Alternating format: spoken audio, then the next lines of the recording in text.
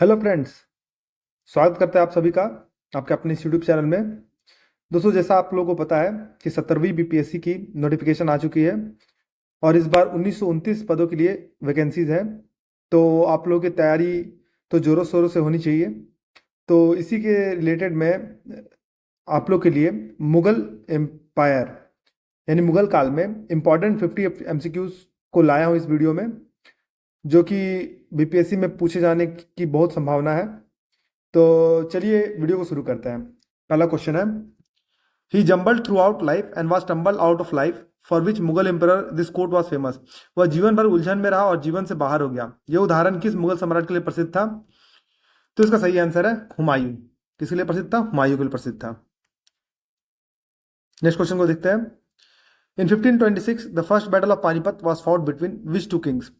1526 में पानीपत की पहली लड़ाई किन दो राजाओं के बीच लड़ी गई थी? तो ये लड़ी गई थी बाबर और इब्राहिम लोधी के बीच में।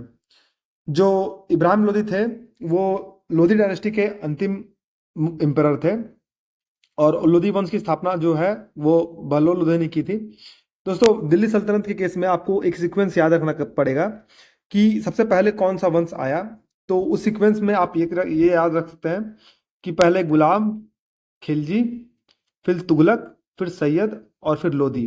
तो GKTSL आप ऐसे याद रख सकते हैं। तो इसी संदर्भ में जो सबसे लास्ट एम्परर था वो था इब्राहिम लोधी, जिसको बाबर ने हराया था 1526 ईस्वी में। तो पानीपत की पहली लड़ाई हुई थी। नेक्स्ट क्वेश्चन है, who was famous for applying Tulughma system of warfare against opponents. विरोधियों के विरुद्ध तुलगुमा युद्ध प्रणाली लागू करने के लिए कौन प्रसिद्ध था? तो इसका सही आंसर है, इसके लिए प्रसिद्ध था बाबर प्रसिद्ध था। आइए देखते हैं नेक्स्ट क्वेश्चन को। In which year the battle of Khanwa was fought between Babur and Rana Sanga of Mewar. Babur और मेवाड़ के राजा राणा सांगा के बीच में खानवा का युद्ध किस वर्ष लड़ा गया था? तो इसका सही आंसर है 1527 ईस्वी में लड़ा गया था। बी ऑप्शन सही है। तो बाबर इस युद्ध में विजय हुआ था। नेक्स्ट क्वेश्चन देखते हैं। The battle of Chanderi was fought between. Chanderi का युद्ध किसके बीच लड़ा गया था? तो चंदेरी का युद्ध बाबर और मेदनी राय के बीच में लड़ा गया था, जो कि 1528 ईस्वी में लड़ा गया था। नेक्स्ट क्वेश्चन है, the battle of Ghaghra in 1529 was fought between. 1529 में घाघरा का युद्ध किसके बीच लड़ा गया था? तो घाघरा जो युद्ध लड़ा गया था वो बाबर और महमूद लोधी के बीच में लड़ा गया था। इसमें सी आंसर सही है। सारे क्वेश्चंस इंपॉर्टेंट है जो बीपीएससी के पैटर्न पे आधारित है। नेक्स्ट क्वेश्चन है, in which language did Babur wrote his memoir Tuzuk-e Baburi या बाबरनामा। तो किस लैंग्वेज में लिखा गया था? तो वो तुर्की में लिखा गया था। नेक्स्ट क्वेश्चन है, who among the following popularise the use of gunpowder in warfare. तो बारूद का उपयोग किसने लोकप्रिय बनाया था? किस मुगल एम्परर ने लोकप्रिय बनाया था? जिसका सही आंसर है बाबर ने लोकप्रिय बनाया था। नेक्स्ट क्वेश्चन है, who defeated Humayun in the battle of Kannauj and Chausa. Humayun को कन्नौज और चौसा की लड़ाई में किसने पराजित किया था? तो शेरशाह सूरी ने पराजित किया था। इसमें बी ऑप्शन सही है। आइए देखते हैं नेक्स्ट क्वेश्चन को। Who led the foundation of Mughal empire. Mughal empire की नींव किसने रखी थी? तो हम सभी को पता है कि बाबर ने 1526 ईस्वी में इसकी नींव रखी थी। तो इसका सही आंसर है बाबर। नेक्स्ट क्वेश्चन है, हु रोट हुमायूंनामा। हुमायूंनामा किसने लिखा है? हुमायूंनामा किसने लिखा है? तो हुमायूंनामा लिखा है गुलबदन बेगम ने। इसका सही आंसर है सी। आप याद रखिएगा। नेक्स्ट क्वेश्चन है, where is Humayun tomb located. Humayun का मकबरा कहाँ स्थित है? तो इसका सही आंसर है न्यू दिल्ली में स्थित है। सी ऑप्शन सही है। नेक्स्ट क्वेश्चन है, इन Mughal period Diwan-e Insha was the minister responsible for. Mughal काल में दीवाने इंसा किसके लिए जिम्मेदार मंत्री था? तो इसका सही आंसर हो जाएगा मिनिस्टर ऑफ कम्युनिकेशन, यानी कि संचार मंत्री के लिए। संचार मंत्री जो था दीवाने इंसा कहलाता था। नेक्स्ट क्वेश्चन है, what was the name of the coin introduced by Sher Shah Suri. Sher Shah Suri द्वारा चलाए गए सिक्के का क्या नाम था? जिसका सही आंसर है दाम, यानी कि सी ऑप्शन सही है, जो कि एक कॉपर कॉइन हुआ करता था। नेक्स्ट क्वेश्चन है, what was the term used for local village headman during Sher Shah rule. Sher Shah Suri के शासनकाल में ग्राम प्रधान के लिए क्या शब्द प्रयुक्त किया जाता था? तो इसका सही आंसर है मुकद्दम। नेक्स्ट क्वेश्चन है, when was the second battle of Panipat fought between Akbar and Hemu Vikramaditya. Panipat का दूसरा युद्ध अकबर और हेमू विक्रमादित्य के बीच में कब लड़ा गया था? तो इसका सही आंसर है 1526 ईस्वी में लड़ा गया था, जिसमें अकबर की विजय हुई थी। तो अकबर के साथ, अकबर उस समय 13 वर्ष के थे, और उनके जो कमांडर थे वो थे बैराम खान। आप ये भी याद रखिएगा, तो कभी कभी बैराम खान का भी नाम आता है इसमें, तो आप इसे याद रखिएगा। सेकंड बैटल ऑफ पानीपत में ये रिलेटेड है। नेक्स्ट क्वेश्चन है, in which famous battle Maharana Pratap was defeated by Akbar in 1576। 1576 ईस्वी में किस प्रसिद्ध युद्ध में अकबर ने महाराणा प्रताप को हराया था? तो इसका सही आंसर है हल्दी घाटी, यानी बैटल ऑफ हल्दी घाटी में। नेक्स्ट क्वेश्चन है, in order to commemorate the victory of Gujarat Akbar built which monument at Fatehpur Sikri. Gujarat विजय की स्मृति में अकबर ने फतेहपुर सिकरी में कौन सा स्मारक बनवाया था? तो इसका सही आंसर है बुलंद दरवाजा, यानी कि ए ऑप्शन इसका सही है। नेक्स्ट क्वेश्चन है, who was the first Englishman to visit Akbar court. Akbar के दरबार में आने वाला पहला अंग्रेज कौन था? तो इसका सही आंसर हो जाएगा राल्फ फिच। राल्फ फिच पहले इंग्लिश मैन थे जो अकबर के कोर्ट में आए थे। अगला क्वेश्चन है, who was the Mughal emperor at the time of formation of east India company. तो इसका सही आंसर है अकबर। दोस्तों आपको बता दें कि ईस्ट इंडिया कंपनी की जो स्थापना हुई थी 16 ईस्वी में हुई थी, और जो अकबर की जो मृत्यु हुई थी वो 1605 ईस्वी में हुई थी।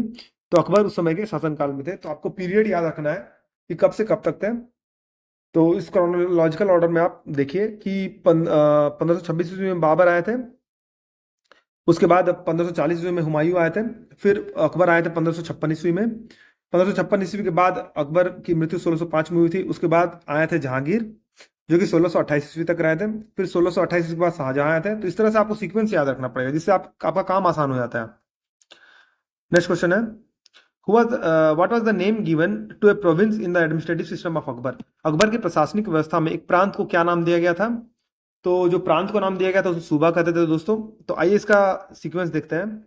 तो सबसे ऊपर में सूबा था जिसको प्रोविंस कहते थे, उसका जो हेड था वो सूबेदार था जिसको गवर्नर कहते थे। फिर आता था सरकार जो कि एक डिस्ट्रिक्ट था, यानी प्रोविंस के नीचे था डिस्ट्रिक्ट, यानी डिस्ट्रिक्ट से मिलकर एक प्रोविंस बनता था। तो डिस्ट्रिक्ट था सरकार, तो उसमें फौजदार था लॉ एंड ऑर्डर के लिए, और आलमगुजार था जो assessment and collection of land revenue, यानी जमीन से रिलेटेड थे आलमगुजार, और फौजदार थे लॉ एंड ऑर्डर से। सीक्वेंस याद रखिएगा। डिस्ट्रिक्ट के नीचे था परगना जिसको सब डिस्ट्रिक्ट बोला जाता था, तो उसका जो हेड था वो था सिकदर जो कि एक एग्जीक्यूटिव ऑफिसर था। और उसके नीचे था विलेज, जिसका विलेज हेडमैन कौन था? मुकद्दम। नेक्स्ट क्वेश्चन है, who is the head of the military department in Akbar administration. Akbar के प्रशासन में सैन्य विभाग का प्रमुख कौन था? तो सैन्य विभाग का प्रमुख कौन था? मीर बख्शी था। तो इसमें सी ऑप्शन सही हो जाएगा। नेक्स्ट क्वेश्चन है, who was interested with the responsibility of ensuring public morality in the administration of Akbar. यानी अकबर के प्रशासन में सार्वजनिक नैतिकता यानी मॉरल पब्लिक मॉरल ऑर्डर सुनिश्चित करने के लिए जिम्मेदार किसे बनाया गया था, या किसे इसकी जिम्मेदारी सौंपी गई थी? तो इसका सही आंसर है मुहतसिब। मुहतसिब को पब्लिक ऑर्डर मेंटेन करने के लिए रखा गया था। नेक्स्ट क्वेश्चन है, in the administrative system of Akbar polaj, parati, chachar और बंजर वाज रिलेटेड टू। तो ये किससे रिलेटेड थे? तो types of cultivated land. Next question है, when did Akbar establish Deen Ilahi religion. तो अकबर ने दीन इलाही धर्म की स्थापना कब की थी? तो इसका सही आंसर है 1582 ईस्वी में। वो सभी धर्मों को एक मानते थे, तो उनकी बैठक में हिंदू, मुस्लिम, सिख, ईसाई सारे आके एक साथ बैठक किया करते थे। नेक्स्ट क्वेश्चन है, who translated Baburnama into Persian. तो बाबरनामा का फारसी भाषा में अनुवाद किसने किया था? तो इसका सही आंसर है अब्दुल रहीम खाने खाना, यानी कि ए ऑप्शन इसका सही है। नेक्स्ट क्वेश्चन है, who was the author of Ain Akbari and Akbarnama. Ain Akbari और अकबरनामा के लेखक कौन थे? तो इसका सही आंसर है अबू फजल। नेक्स्ट क्वेश्चन है, during the reign of which Mughal emperor did Stephen Hawkings and Thomas Roe came to India. तो किस मुगल सम्राट के शासनकाल में स्टीफन हॉकिंग्स और थॉमस रो भारत आए थे? तो इसका सही आंसर है जहांगीर के शासनकाल में, सी ऑप्शन सही है। नेक्स्ट क्वेश्चन है, who wrote Tuzuk-e Jahangiri in Persian. फारसी में तुजुके जहांगीरी किसने लिखी थी? तो फारसी में तुजुके जहांगीरी जो लिखी थी वो लिखी थी जहांगीर ने। नेक्स्ट क्वेश्चन है, हु रोट पातशाहनामा। पातशाहनामा किसने लिखी थी? तो पातशाहनामा लिखी थी अब्दुल हमीद लाहौरी ने, यानी इसके डी ऑप्शन सही हो जाएगा। नेक्स्ट क्वेश्चन है, the practice of decorating wall with floral design made up of semi precious stone known as pietra dura during the reign of which Mughal emperor such art flourished. तो आर्ट के लिए कौन जाने जाते थे? जहांगीर जाने जाते थे। तो इसका सही आंसर है सी। पित्रदूरा आपको वर्ड मिले तो जहांगीर आप रिलेट कर लीजिएगा। Who built Moti Masjid eight Lahore. Lahore में मोती मस्जिद का निर्माण किसने कराया था? तो इसका सही आंसर है जहांगीर ने कराया था। नेक्स्ट क्वेश्चन है, द मुगल पेंटिंग रीच इस zenith during the period of, zenith यानी ऊंचाई पर, तो चरमोत्कर्ष पर कब पहुंची थी? तो किसके शासनकाल में? तो जहांगीर शासनकाल में। तो चित्रों में राजा के सिर के पीछे प्रभा मंडल यानी गोल आप सर्किल देखते हैं ना किसी भी चित्र में अगर, तो उनके शासनकाल में वो शुरू हुआ था। तो ये भी आप याद रखिएगा, इस तरह से पूछा जा सकता है। Who build Jama Masjid and red fort इन दिल्ली? दिल्ली में जामा मस्जिद और लाल किला किसने बनवाया था? तो इसका सही आंसर है शाहजहां ने बनवाया था। तो इसमें बी ऑप्शन सही हो जाएगा। नेक्स्ट क्वेश्चन है, हु रोट शाहजहांनामा? शाहजहांनामा किसने लिखा था? तो इसका सही आंसर है इनायत खान ने लिखा था, यानी कि इसमें ए ऑप्शन सही हो जाएगा। नेक्स्ट क्वेश्चन है, who among the following translated Bhagavad Gita and Upanishad into Persian language? निम्नलिखित में से किसने भगवत गीता और उपनिषदों का फारसी भाषा में अनुवाद किया था? तो किसने किया था? तो जो अनुवाद किया था वो उसने किया था दारा सिकोही ने, जो कि शाहजहां के बड़े बेटे थे। नेक्स्ट क्वेश्चन है, Italian traveller Peter Mundy came to India during the reign of? इतालवी यात्री जो पीटर मुंडी थे किसी शासनकाल में भारत आए थे? तो वो शाहजहां के शासनकाल में भारत आए थे। तो बी ऑप्शन सही है। नेक्स्ट क्वेश्चन है, which Mughal emperor was called जिंदा पीर? किस मुगल सम्राट को जिंदा पीर कहा जाता था? तो इसका सही आंसर है औरंगजेब। औरंगजेब को जिंदा पीर कहा जाता था। नेक्स्ट क्वेश्चन है, the system of ranking of do aspa और sih aspa was introduced by the emperor? Do aspa और सिंह अस्पा की रैंकिंग प्रणाली किस सम्राट द्वारा शुरू की गई थी? तो इसका सही आंसर है जहांगीर के द्वारा, यानी कि डी ऑप्शन सही है। नेक्स्ट क्वेश्चन देखते हैं, भक्त Tukaram was a contemporary of which Mughal emperor? भक्त तुकाराम किस मुगल सम्राट के समकालीन थे, यानी उन्हीं के पीरियड में एग्जिस्ट करते थे? तो जहांगीर, यानी कि सी ऑप्शन सही है। In the medieval India the मनसबदारी system was introduced mainly for? मध्यकालीन भारत में मनसबदारी प्रणाली जो कि रैंकिंग प्रणाली थी दोस्तों, जिसमें कि ऑफिसर्स को अलग अलग रैंक दिया जाते थे, मुख्य रूप से किसके लिए शुरू की गई थी? तो इफेक्टिव क्लीन एडमिनिस्ट्रेशन यानी प्रभावी स्वच्छ प्रशासन के लिए, यानी कि डी ऑप्शन इसका सही है। आइए देखते हैं नेक्स्ट क्वेश्चन को, what was the name of the Persian script used in medieval India? Medieval India में मध्यकालीन भारत में प्रयुक्त फारसी लिपि का क्या नाम था, यानी लिपि का क्या नाम था? तो इसका सही आंसर है नस्तलिक। जैसे कि हिंदी भाषा में देवनागरी लिपि है, तो वैसे ही फारसी भाषा में नस्तलिक था। तो इसमें सी ऑप्शन सही है, आप याद रखिएगा, इंपॉर्टेंट है। Which among the following was the first fort constructed by Britishers in India? Britishers के द्वारा भारत में अंग्रेजों द्वारा निर्मित पहला किला कौन सा था? तो इसका सही आंसर है सेंट जॉर्ज था, जो कि चेन्नई में स्थापित किया गया था। कब? 1639 ईस्वी में। पटना में एक और क्वेश्चन आपको बता दें दोस्तों, इंपॉर्टेंट है। पटना में जो पहली फैक्ट्री स्थापित की गई थी 1632 ईस्वी में, किसके द्वारा? डच के द्वारा। बहुत बार पूछा गया, आप इसे याद रखिएगा। During the tenure of which Mughal emperor did British establish first factory in India? तो जो ब्रिटिशर्स ने पहली फैक्ट्री स्थापित की थी, किस मुगल सम्राट के शासनकाल में की थी? तो वो जहांगीर के शासनकाल में की थी, जो कि 1613 ईस्वी में की थी, सूरत में स्थापित किया गया था। नेक्स्ट क्वेश्चन है, which of the following Mughal emperor started Jharokha Darshan? Jharokha Darshan किसने शुरू किया था?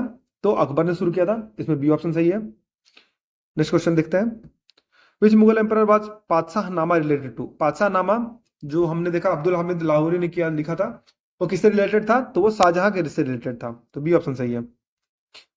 विच Mughal emperor instructed to translate Tuzuk Baburi in Persian? तुझको बाबरी जो तुर्की भाषा में थी, जैसा हमने देखा था, उसको पर्शियन में अनुवाद करने के लिए किस मुगल सम्राट ने कहा था?